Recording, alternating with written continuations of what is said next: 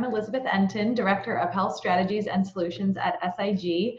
I'm so glad that you were able to join me for this presentation today titled Shift Your Focus, Reimagine and Reinvent Wellness in a Remote Work Environment.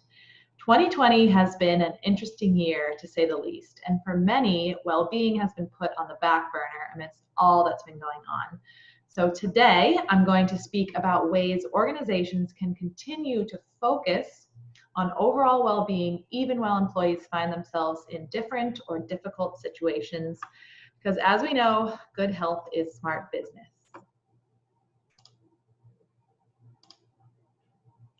To start us off, I'm going to walk us through a short guided meditation. So you might be thinking, why do I want to relax right before I need to listen to a presentation? Well, this meditation is specifically about concentration and focus. So I hope it allows you to leave all the distractions behind and focus on this presentation for the next 50 minutes or so. In a remote work environment, one downside is the potential for many outside distractions you might not have had in the office. So that includes TV, the refrigerator, children, pets, the piles of laundry, noisy neighbors, and more. So let's get started with this short meditation. Sorry about that. So I'm going to ask you to get into a comfortable seated position, relaxed with your feet flat on the ground, or if you'd like to lay on your back, you're welcome to do so as well. No one's watching, right? Focus on relaxing all muscles and joints in your body. Relax your face, your jaw, the space between your eyes. Remove your tongue from the top of your mouth. Close your eyes and just breathe. Begin to focus on your breath, the in and the out. The in and the out. Try to begin to clear your mind of the past, the future, the current, and just be. Listen as I take you through a guided meditation for letting go. Your life is filled with too much business, too much hurry, too much stress. Just for a moment, let go of all of that. There are too many machines vying for your attention with rings, beeps, blinks, flags, and badges. Just for a moment, turn them all off and put them away. Your body is tense with too much caffeine, too much anxiety, too much sense that you have to move, move, move. Just for a moment, let go of all that and sit quietly. Emotions move through your body, each seeming crucial and compelling. But these emotions are simply some physical sensations. You don't need to do anything about them right now. Just for a moment, let them be. Thoughts rattle around in your head in a never-ending stream of words. But these thoughts are nothing but some sounds in your mind. You don't need to do anything about them right now. Just for a moment, let them be. There is an urgent sense that you must do something, that there are actions to take, but you will be able to get things done in a little while. You don't need to do anything about them right now. Just for a moment, let them be. If anything else arises in your experience, that too is just some content. You don't need to do anything about that right now. Just for a moment, let it be. If any insights, visions, feelings, communications, memories, or other experiences arrive, that's fine. That is just some content. You don't need to do anything about that right now. Just for a moment, let it be. If at any point you feel like you're doing something on purpose, just let that be. Let it be.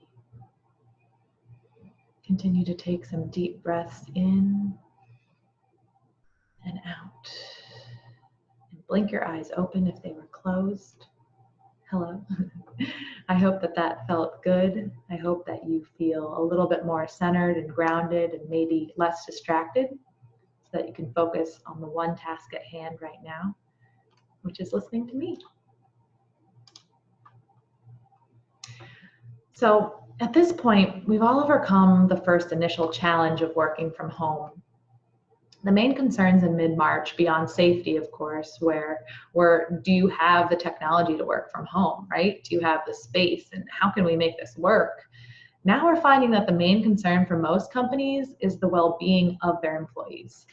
I really don't think anyone truly predicted we would be working from home for so long and looking at a nearly entirely remote year or more of work.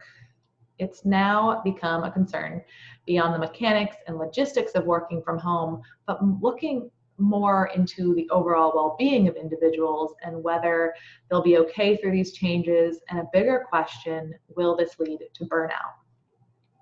So I'm going to speak today about the opportunities for companies and leaders to continue to thrive in a remote environment, and how these small shifts in focus can also lead to a more productive and connected workforce post-COVID, when we all return to the office and to what we once viewed as a normal workday. We're going to focus on ways to stay connected remotely and learn how these functions should remain in place in an in-person environment as well. So we'll also look into the effect of remote work on mental health and how burnout is real and is increasing in many industries and workforces today. I'll provide you with some takeaways and action items you can implement immediately, including ways to show recognition to employees, the importance of empathy in uncertain times, some wellness solutions and vendor solutions you can bring to the table to combat new and different issues and concerns your employees may have at this point. And lastly, we'll speak about resiliency. This word has really been trending lately. Resiliency is the ability to recover quickly from difficulties or toughness. And let's be real, we're all experiencing some difficulties currently, whether it be feelings of isolation, depression, dread, sadness, stress, anxiety. And although we may experience those feelings, it's how we bounce back and how we cope to overcome that means the most in the long run.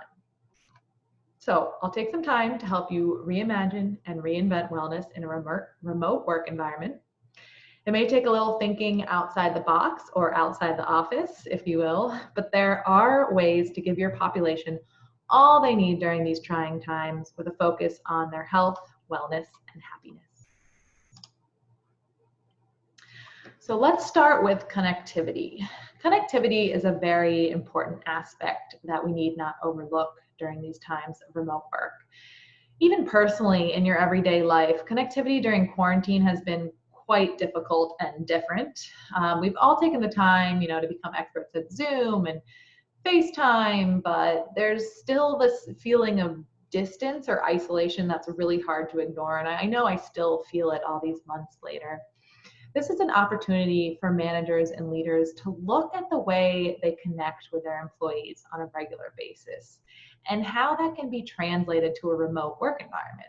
There should be designated times managers and leaders reach out to their employees, not just at all hands meetings as a group where it's easy to get lost in the crowd, but more one-on-one occasions to ask how the employee is doing, as well as time to discuss some work items. For employees, it's a time to think about what you loved most at work. So times you spent chatting with coworkers or just enjoying a meal or a break together, and recreate those instances. Zoom happy hours, as well as virtual trivia and bingo and other fun ways to bring groups together. I would also suggest having office hours. So that's where a Zoom link can just be left open for a portion of the day, and people can drop in and out to chat and ask questions. Similarly, companies have set up Zoom lounges where either in the morning for coffee or at lunchtime, folks can just drop in for a few minutes, say hello to each other, and have some social time with their missed colleagues. So not having a true reason or intention for this get together, but just a time to kind of chat and share their life experiences with their colleagues. I also want to point out the importance of using your webcam for virtual meetings.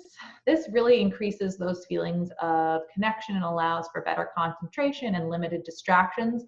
I'm sure this presentation would feel a lot different if you weren't seeing my face and I wasn't speaking directly to you through my webcam today. It truly does change your mindset when you feel prepared to be seen and engage with your meeting members. So I read a recent article about how employees have been working in sweatpants, and this has actually decreased their productivity in some ways as they feel less motivated during the days versus the days where they actually get up, get dressed in work clothes, or at least change out of their pajamas, like I did today. So in addition to connectivity and breaking down the feelings of isolation while working remotely, I want to also touch on skillful communication, which really goes hand in hand with connectivity. If it's not apparent yet to you listening, most things I'm addressing today of importance in a remote world are also some of the top reasons companies thrive in an in-person environment. So now is the time to recognize these skills, whether you have them or need to learn them, and implement them now and foster them into the future. Glassdoor compiled a list of the 25 highest rated CEOs based on employee reviews between May and September 2020. The qualities that set these CEOs apart included clear policies around health and safety, flexible work options, and frequent, and this is a big one, people, transparent communication. Very important. Be transparent, have open lines of communication. Now is the time more than ever.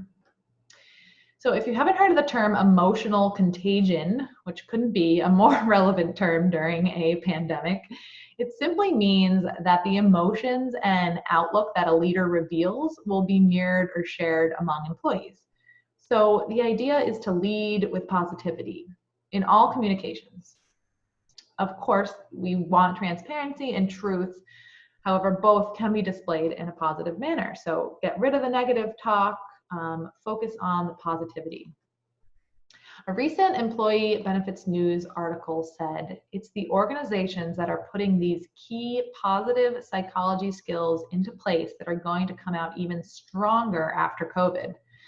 The managers that don't incorporate positivity into their communication during this time where it's so critical are really going to struggle. Positivity truly is the science of thriving. Negativity can have some detrimental effects, specifically in times of uncertainty and when feelings of anxiety and depression are already heightened, which they are. And speaking clinically, positivity has so many physical and emotional benefits. It lowers the stress hormone cortisol, it builds immune health, it improves cardiovascular health, it builds resilience and strengthens relationships and social support and opens up our awareness. So don't just communicate, but skillfully communicate. Hold only intentional meetings, focus on personal life before diving right into work, and finally, the big one, stay positive.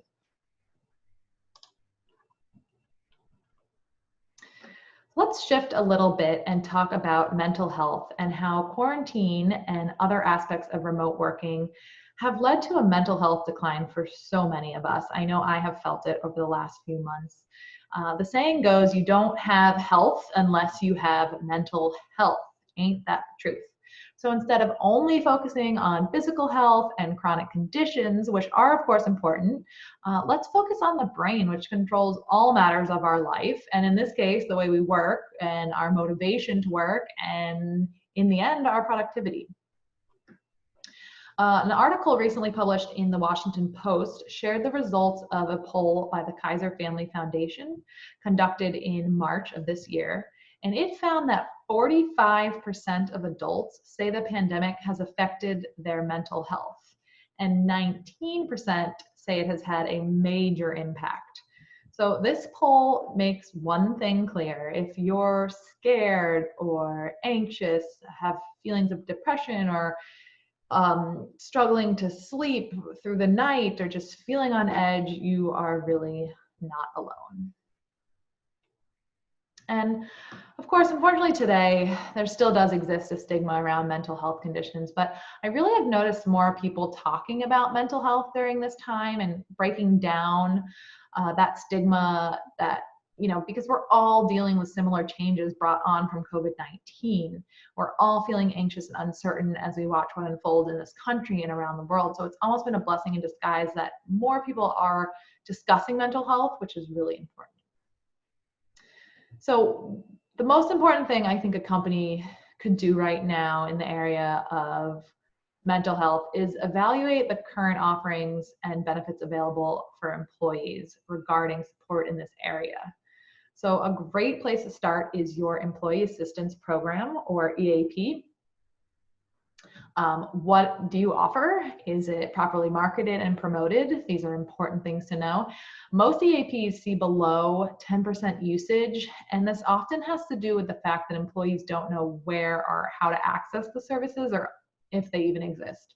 So it may help to have a designated individual who can support this initiative or continue to beef up marketing via email or on the company intranet. Sometimes you can have sort of a EAP champion or wellness champion to spread the word about what sort of services are available. I know internally at SIG, I just sent out our EAP with a little note saying, these are the offerings that are free. You can have consultations with a behavioral health professional.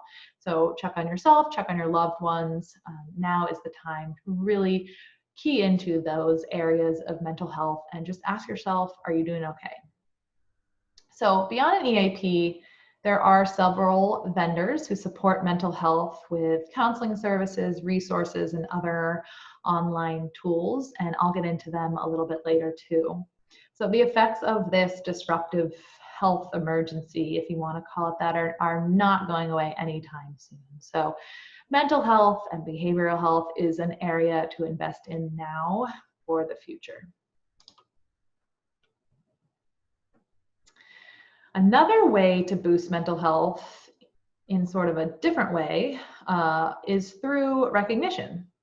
So a Gallup study found that receiving regular praise and recognition was a key factor in employee burnout and well-being, and can improve productivity and reduce absenteeism. It also found the most meaningful feedback is authentic and individualized. So with less face-to-face interaction and opportunities for collaboration in a remote work environment, employees can more easily feel adrift or even lost or forgotten. So increasing recognition should be an area of focus now and into the future as well. So I have just compiled a few ways that leaders can initiate a remote culture of recognition, or start to initiate that remote culture of recognition. So leaders, at your next team meeting, you could recognize someone on the call or on the Zoom who did exceptional work in the past week. You could start off really with some positivity, right? Feel that connectivity between you and employees. I think that's a great way to start your next meeting. Every Friday, you could think of 2 or 3 people who really helped you that week. So recognize them privately or publicly based on your knowledge of how they prefer to be recognized. And if you don't know, simply ask. And then another way is find creative ways to make recognition special. For example, you could send a note through traditional snail mail. Everyone loves to get a letter in the mail. I know at the beginning of quarantine, my boss sent me a big box of Omaha steaks with all the other lovely meals inside, and it was so special. And what made it incredibly special is it was completely unexpected. I didn't know who it was from. I got this huge package and I opened it to find a really nice note from my boss, kind of just saying, here's something nice just because, and I appreciate you and I value you. And that just, really warmed my heart and made me feel great for the remainder of the day, and it made me have great feelings towards him and his management skills and about my company too. It was pretty awesome. Another option is, if your team is fully remote, like a lot of us, establish regular non-required virtual hangouts. So I mentioned those kind of office hours or Zoom lounges, just allowing employees to connect socially, and use these times too to encourage and support and praise your team. So maybe it's just employees that are in there hanging out, chatting, a leader pops in and says, I just want to have a quick shout out to Betty for doing a great job, and to Jack for all the hard work he did on this project, and then pop out. So it just adds a little bit more to that connectivity. You could leave recognition voicemails to the entire company. We do that at SIG, so everyone can hear the praise, not just the person receiving it. You can announce promotions to the entire company and provide details as to why the promotion occurred. This last one I just learned about. I thought this was great. It's to deliberately pair up team members to be visibility buddies, and they shout out each other's accomplishments, via company communication platforms. So almost like having a hype man or a hype woman or someone you're comfortable with that can kind of make you feel good and support you and lift you up. So it's not always coming from leadership or coming from your managers, people surrounding you that work with you every day that say, this person did a great job and I'm going to let everyone know about it. So similar to emotional contagion, as we spoke about, recognition begets recognition. So again, when a leader recognizes others, they act as a role model. When employees see this behavior from leaders on a regular basis, it becomes an unwritten expectation and a part of kind of just the way we do things around here. It's not a rare or exceptional event. It becomes part of the culture, and that really is the end goal. And lastly, pre-COVID, remote work was on the rise already, and we may now see several organizations opting not to go back into the office environment ever. Leaders can use this experience that we're in right now and focus on ways to continue to provide recognition as an opportunity to cultivate and support healthy and effective teams in the future, remote or not.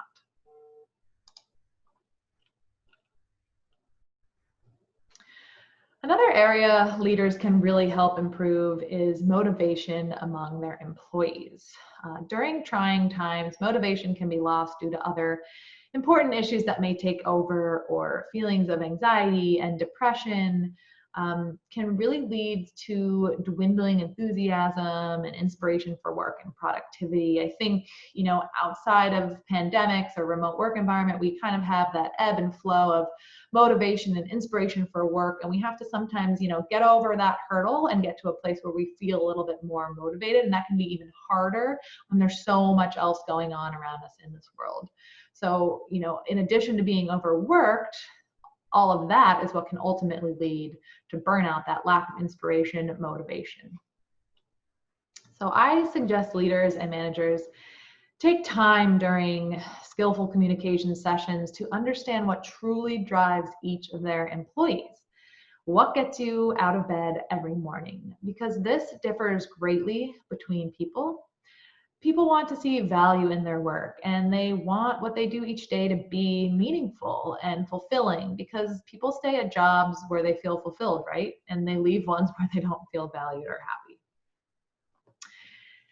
Not only does burnout lead to a loss of employees when not addressed, but burnout can lead to serious mental health conditions and cost employers up to $190 billion, that's right, billion, in lost productivity and healthcare costs, according to research by Gallup. Studies show that 75% of people have experienced burnout at work. So a new survey by FlexJobs states 40% saying they've experienced burnout specifically during the pandemic. Additionally, the same survey revealed that only 1 in 5 said HR offered productive solutions to burnout issues. So this is a problem, yet we're not addressing it. Make this a topic of conversation. Ask employees if they are okay. Let them know that this is a safe place to voice how they're feeling and whether their work is affecting their mental health negatively. Also, ask what could change to make things better.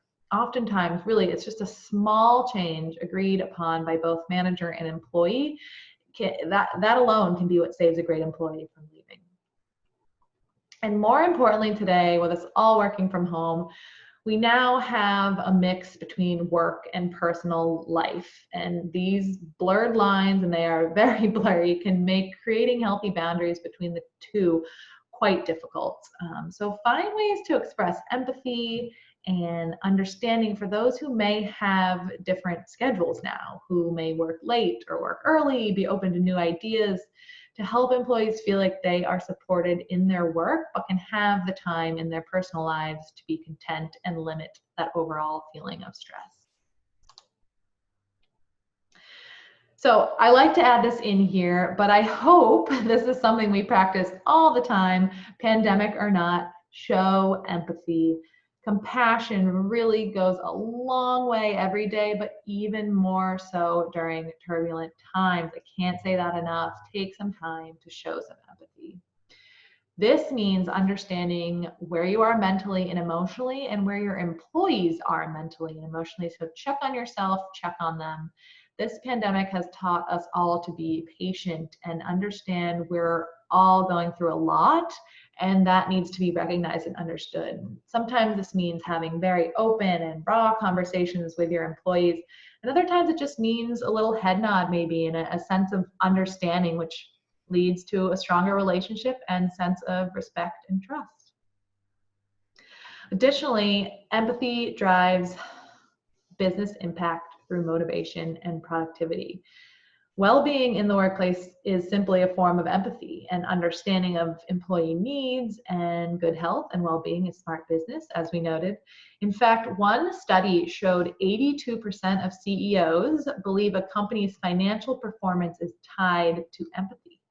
Very, very important. In the current world, things like offering more PTO or making changes to the PTO policies and offering flexible schedules for working parents are ways of showing empathy in pretty simple ways.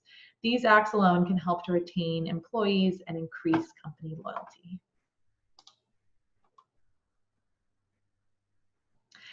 Now is the time to check in and listen to employees about their new needs. If you have a wellness committee, task them with figuring out what more you can offer and what more you can do now that you know what working remotely looks like for many, and you realize this may continue for quite some time. We've laid that foundation, we've had the experience of remote work, and maybe it's here to stay. So figuring out what's worked, what didn't work, and what you can change and what you can do.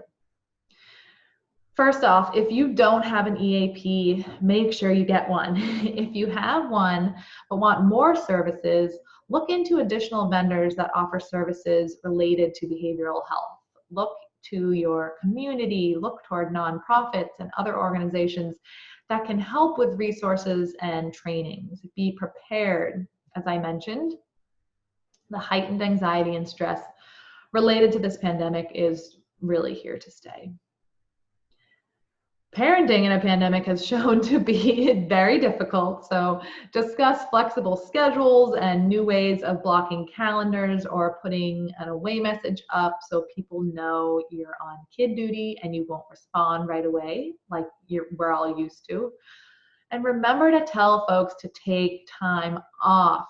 Just because traveling may be out of the question doesn't mean a day or two off is not needed and well deserved. Several organizations have found that employees are not using their PTO, of course, because vacations and other events have been canceled. So remind them to take a day for R&R and let them know that that's okay. Communicate that that is okay. By being a leader who provides transparent and frequent communication, you can establish expectations among these uncertain times.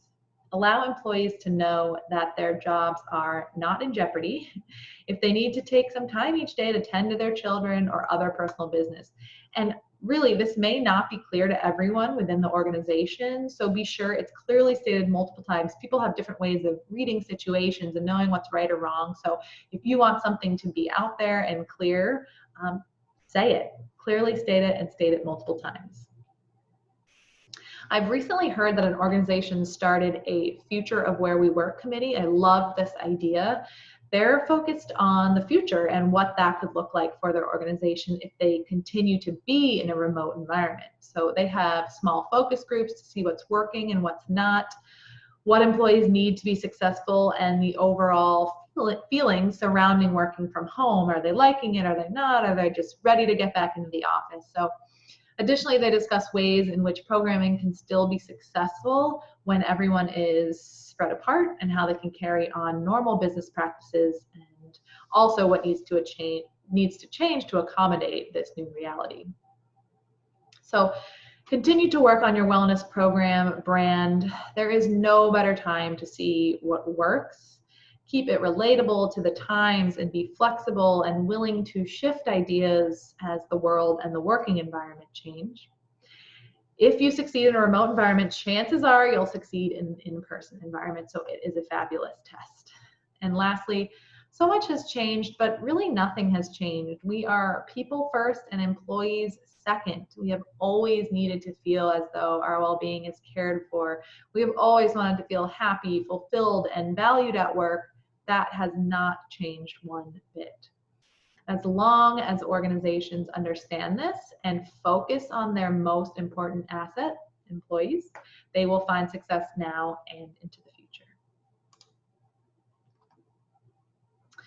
So if you've always wanted a wellness budget but had to use money elsewhere, now could be the perfect time to shift some dollars from, say, a travel or on-site or printing bucket to a wellness bucket and invest in a third-party vendor or robust programming. So I'll walk through a few options in a bit for that.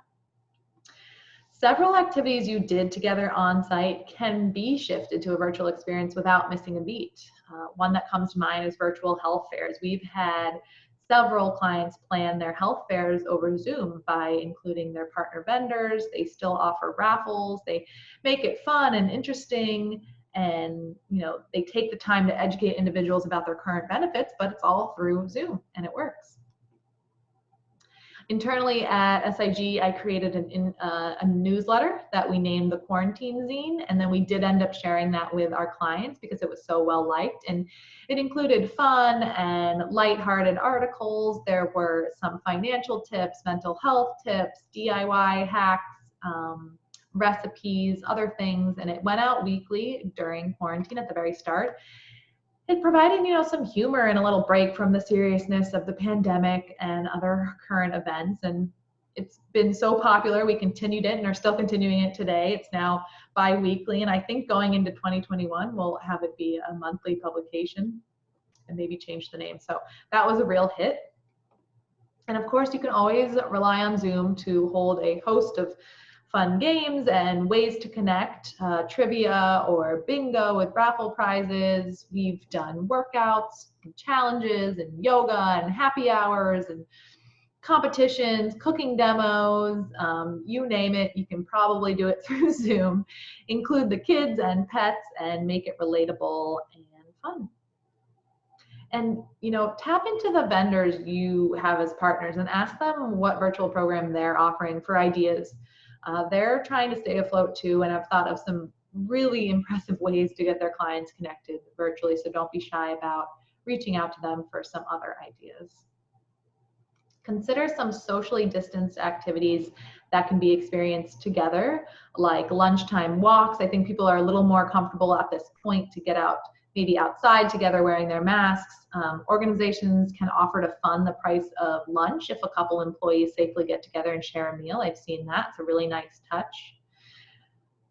Take some time to help employees differentiate between work time and home time and the breaks in between. Remember those kind of blurred lines we spoke about, but let them know that it's okay to take breaks, and even provide some reminders to do so, and a fun activity to keep them engaged but exposed to something different throughout the day. I know we sent out an invitation for a lunchtime walk just so you're reminded to do so, and you kind of feel like you're doing it with everyone else. We've done 10-minute scavenger hunts where you have to run outside and take some pictures of various things, just to step away, take a little break, have a little fun.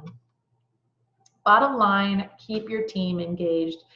It's easy to go MIA when you're remote, so be available, communicate often, and incorporate some fun and camaraderie that's so missed from the in-person office environment. So outside of grassroots programs and what you can offer through your internal wellness committee, there are fabulous vendors in the wellness space, and I just wanted to touch on a few of them here. The space is growing each and every day as the importance of wellness and well-being continues to be front and center. And, through this conversation, you've seen now more than ever. And, I've noted a few here. I'm going to touch on the services that they provide. And SIG in no way is being paid to mention these vendors. These are, in fact, vendors I've vetted and experienced their offerings with clients of mine and feel strongly that they are a great option to consider. So if you want any more information on any of these vendors, please feel free to reach out and I can point you in the right direction. So Burn Along, if you haven't heard of it, it provides on-demand fitness. So we had a client who offered several on-site workout classes and they were so loved and very well attended, and then COVID hit. So this obviously had to stop. So Burn Along was, their replacement for that. Burn Along allows for each employee to log into their fitness platform and complete tons of workouts on demand. So they can also tap into stress relief videos, nutrition videos, and even more. This is a fairly low cost option if you're looking to add a bit of physical fitness into your program. We have Give Hero. This is a really cool option. This vendor focuses on rewards. So this platform allows for employees and managers to use the power of social impact to engage employees to be healthy and socially responsible. Really cool, really relevant for the times right now. So essentially it rewards healthy behaviors with donations to the causes that motivate them. Modern Health and NAMI, or the National Alliance on Mental Illness, have a focus in the behavioral, mental, and emotional health space.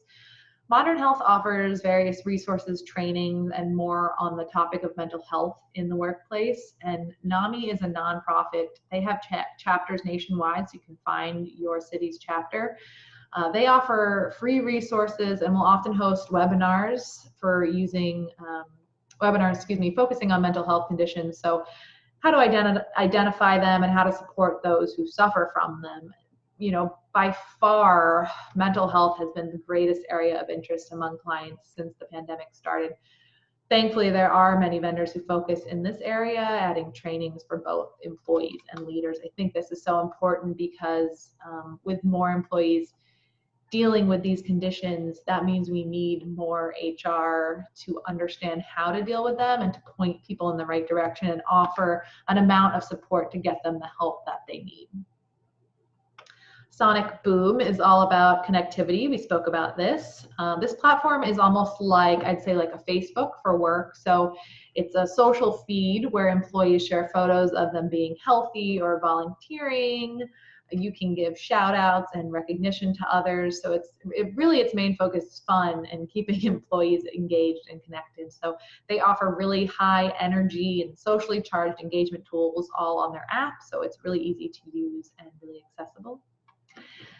And then lastly, Smart Dollar. We use this program internally at SIG. It focuses on financial well-being. So it's based on Dave Ramsey's 7 baby steps, as he refers to them, which help you get out of debt fast while learning how to manage your money. He has a great podcast if you've ever listened to that, people sharing their stories about getting out of debt, how they did it. Financial well-being is definitely another area where clients have a lot of interest. The pandemic has brought on several financial struggles, obviously, and being able to provide some one-on-one counseling with a financial professional or tips and tricks to cut spending and save are really appreciated by employees. And again, this is just a very, very small sample of the vendors out there who can touch on all dimensions of well-being and who can all be accessed remotely, which is great. So one part of my role at SIG is to help our clients make sense of all the vendors out there and which is best for their population needs and overall wellness goals too.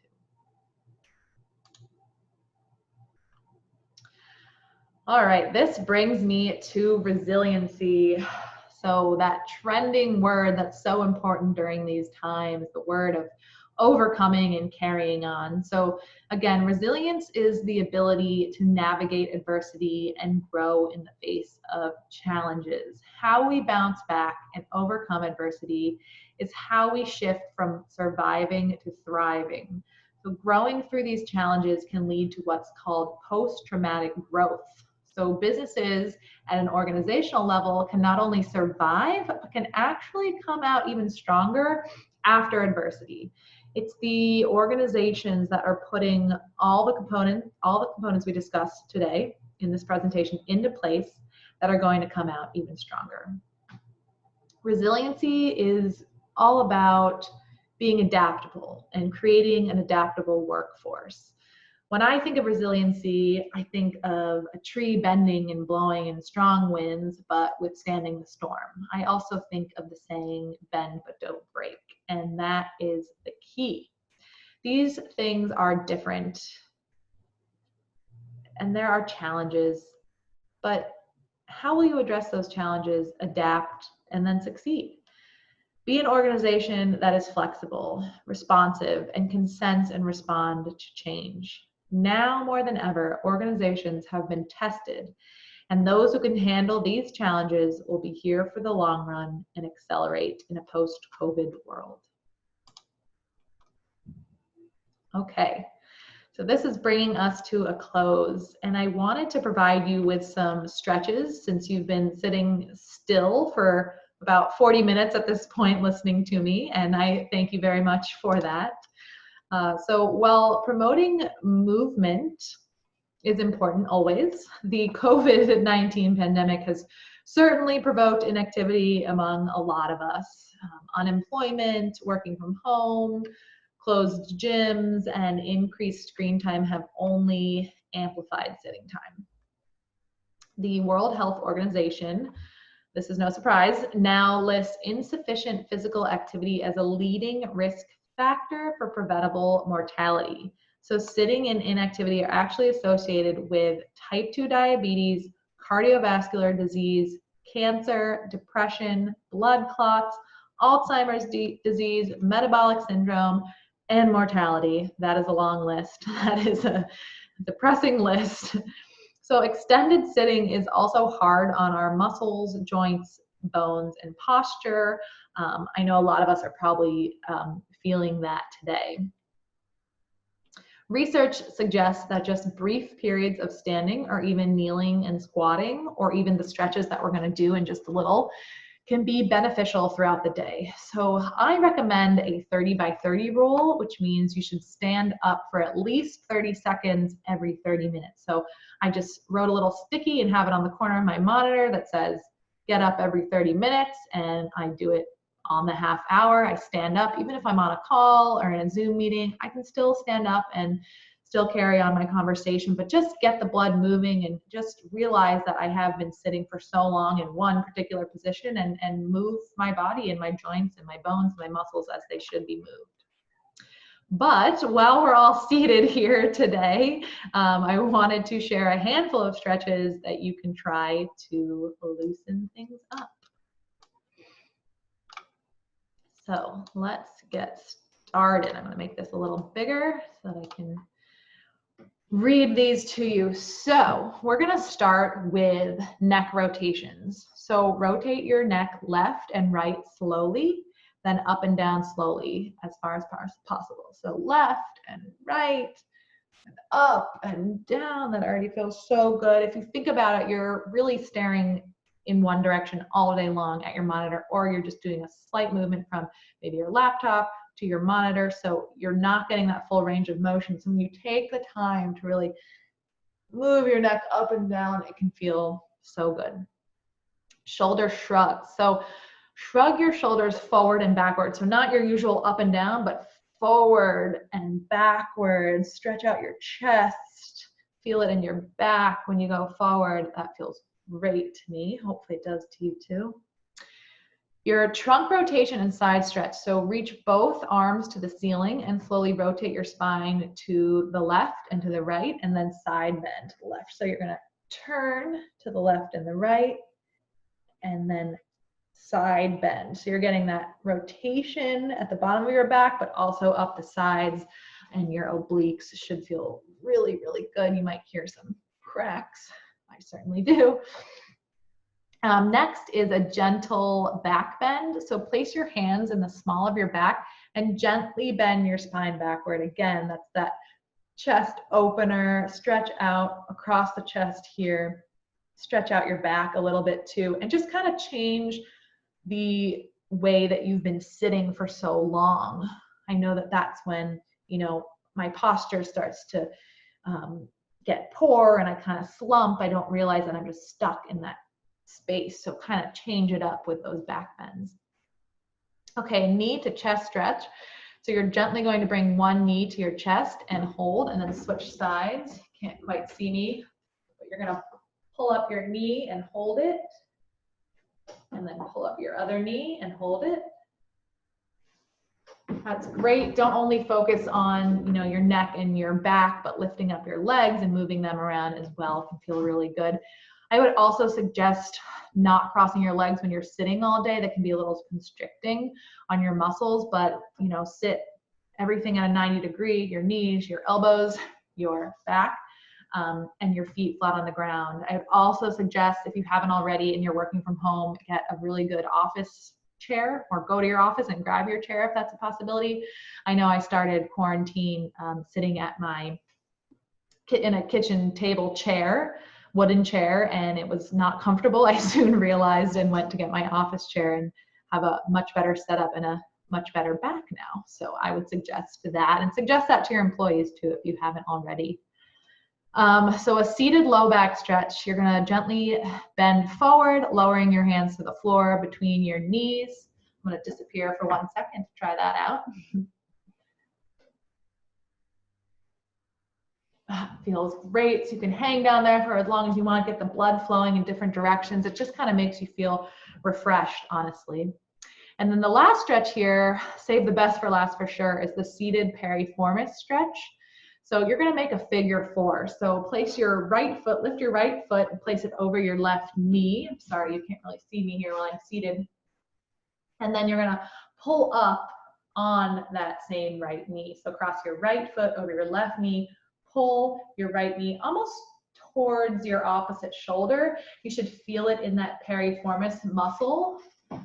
These are stretches from a physical therapist, and I did not know what the term piriformis meant, so I put a little note there for you. It is a small muscle located deep in the buttock behind the gluteus maximus.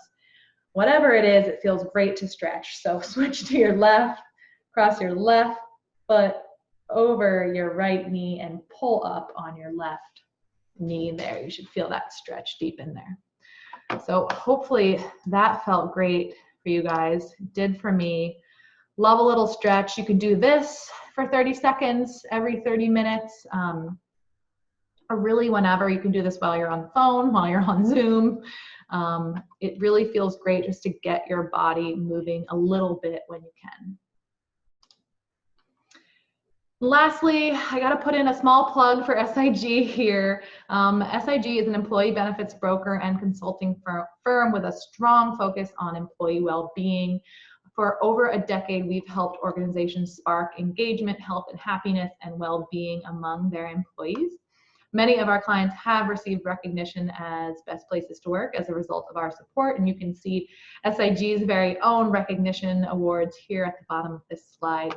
So SIG is here to support you, and I'm here to support you in building a thriving workplace culture. And that brings me to the end of my presentation. I just want to give a big thank you to MACPA. Thanks for having me join today. Thanks for listening. I hope you enjoyed this presentation and perhaps learned a little. If anything, just realize that wellness in a remote workplace is possible. You may just have to slightly shift your focus a little bit. So again, it's been a real pleasure. I hope to see you next year in person. Hopefully that's a possibility. Please reach out if you have any questions at all. Again, my name is Elizabeth Enton, and I am the Director of Health Strategies and Solutions for SIG. My email is listed there if you need to reach out. I hope you all have a fantastic day. Thank you.